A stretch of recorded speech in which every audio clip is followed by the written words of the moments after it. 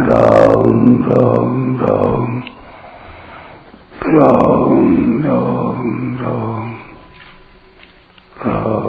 राम राम नारायण नारायण। संबंध। अब आगे के श्लोक में पराभक्ति का फल बताते हैं। भक्त्या मामभिजानाति यावान् यश्चास्मि तत्त्वतः ततो मां तत्त्वतो ज्ञात्वा विशते तदनन्तरम्। उस पराभक्ति से मुझे मैं जितना हूं और जो हूं इसको तत्व से जान लेता है। फिर मुझे तत्व से जानने के बाद तत्काल मुझ में प्रविष्ट हो जाता है। व्याख्या। भक्त्या माम अभिजानाति। जब परमात्म तत्व में आकर्षण अनुराग हो जाता है तब साधक स्वयं उस परमात्मा के सर्वथा समर्पित हो जाता है, उस तत्व से अभिन्न हो जाता है। फिर उसका अलग कोई स्वतंत्र अस्तित्व नहीं रहता। फिर उसके अहम भाव का अति सूक्ष्म अंश भी नहीं रहता। इसलिए उसको प्रेम स्वरूपा प्रेमा भक्ति प्राप्त हो जाती है। उस भक्ति से परमात्म तत्व का वास्तविक बोध हो जाता है। ब्रह्मभूत अवस्था होने पर संसार के संबंध का तो सर्वथा त्याग हो जाता है, पर मैं ब्रह्म हूं, मैं शांत हूं, मैं निर्विकार हूं, ऐसा सूक्ष्म अहम भाव रहता है। यह अहम भाव जब तक रहता है तब तक परिच्छिन्नता और पराधीनता रहती है। कारण कि यह अहम भाव प्रकृति का कार्य है और प्रकृति पर है, इसलिए पराधीनता रहती है। परमात्मा की तरफ आकृष्ट होने से, पराभक्ति होने से ही यह अहम भाव मिटता है। प्रेम भगति जल बिनु रघुराई, अभियंतर मल कबहु न जाई। इस अहम भाव के सर्वथा मिटने से ही तत्व का वास्तविक बोध होता है। यावान।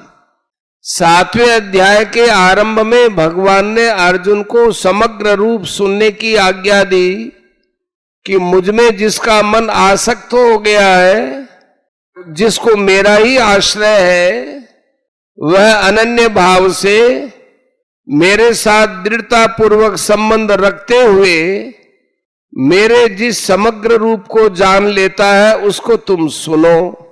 यही बात भगवान ने 7वें अध्याय के अंत में कही कि जरा मरण से मुक्ति पाने के लिए जो मेरा आश्रय लेकर यत्न करते हैं वे ब्रह्म, संपूर्ण अध्यात्म और संपूर्ण कर्म को अर्थात संपूर्ण निर्गुण विषय को जान लेते हैं और अधिभूत, अधिदैव और अधियज्ञ के सहित मुझको अर्थात संपूर्ण सगुण विषय को जान लेते हैं। इस प्रकार निर्गुण और सगुण के सिवाय राम, कृष्ण, शिव, गणेश, शक्ति, सूर्य आदि अनेक रूपों में प्रकट होकर परमात्मा लीला करते हैं, उनको भी जान लेना। यही पराभक्ति से यावान अर्थात समग्र रूप को जानना है। यश्चास्मि तत्वतः। वही परमात्मा अनेक रूपों में, अनेक आकृतियों में, अनेक शक्तियों को साथ लेकर अनेक कार्य करने के लिए बार बार प्रकट होते हैं। और वे ही परमात्मा अनेक संप्रदायों में अपनी अपनी भावना के अनुसार अनेक इष्ट देवों के रूप में कहे जाते हैं। वास्तव में परमात्मा एक ही है। इस प्रकार मैं जो हूं उसे तत्व से जान लेता है। ततो माम तत्वतो ज्ञात्वा विशते तदनंतरम। ऐसा मुझे तत्व से जानकर तत्काल मुझ में प्रविष्ट हो जाता है। अर्थात मेरे साथ भिन्नता का जो भाव था वो सर्वथा मिट जाता है। तत्व से जानने पर उसमें जो अनजानपना था वो सर्वथा मिट जाता है और वह उस तत्व में प्रविष्ट हो जाता है। यही पूर्णता है और इसी में मनुष्य जन्म की सार्थकता है। विशेष बात, जीव का परमात्मा में प्रेम स्वतः है, परंतु जब यह जीव प्रकृति के साथ संबंध जोड़ लेता है तब वह परमात्मा से विमुख हो जाता है और उसका संसार में आकर्षण हो जाता है। यह आकर्षण ही वासना, स्पृहा, कामना, आशा, तृष्णा आदि नामों से कहा जाता है। इस वासना आदि का जो विषय है वे सब प्रकृतिजन्य पदार्थ हैं जो क्षणभंगुर और परिवर्तनशील हैं, जबकि यह जीवात्मा स्वयं नित्य और अपरिवर्तनशील है। परंतु ऐसी वास्तविकता होने पर भी प्रकृति के साथ तादात्म्य होने से यह परिवर्तनशील में आकृष्ट हो जाता है।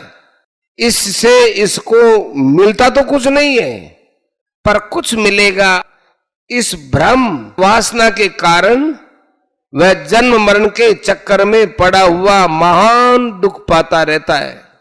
इससे छूटने के लिए भगवान ने योग बताया है। वह योग जड़ता से संबंध विच्छेद करके परमात्मा के साथ नित्य योग का अनुभव करा देता है। गीता में मुख्य रूप से 3 योग कहे हैं, कर्मयोग, ज्ञान योग और भक्ति योग। इन तीनों पर विचार किया जाए तो भगवान का प्रेम तीनों ही योगों में है। कर्म योग में उसको कर्तव्य रति कहते हैं, स्वे स्वे कर्मण्यभिरत है 18 का पंथ 45। कर्म योग में यह कर्तव्य रति अंत में आत्मरति में बदल जाती है। दूसरे अध्याय का 55वां और तीसरे अध्याय का 17वां। और जिस कर्मयोगी में भक्ति के संस्कार हैं उसकी यह रति भगवद रति में परिणत हो जाती है। ज्ञान योग में उसी प्रेम को आत्मरति कहते हैं। योऽन्तः सुखो अंतरा रामस् तथांतर ज्योतिरेवच 5 का 24।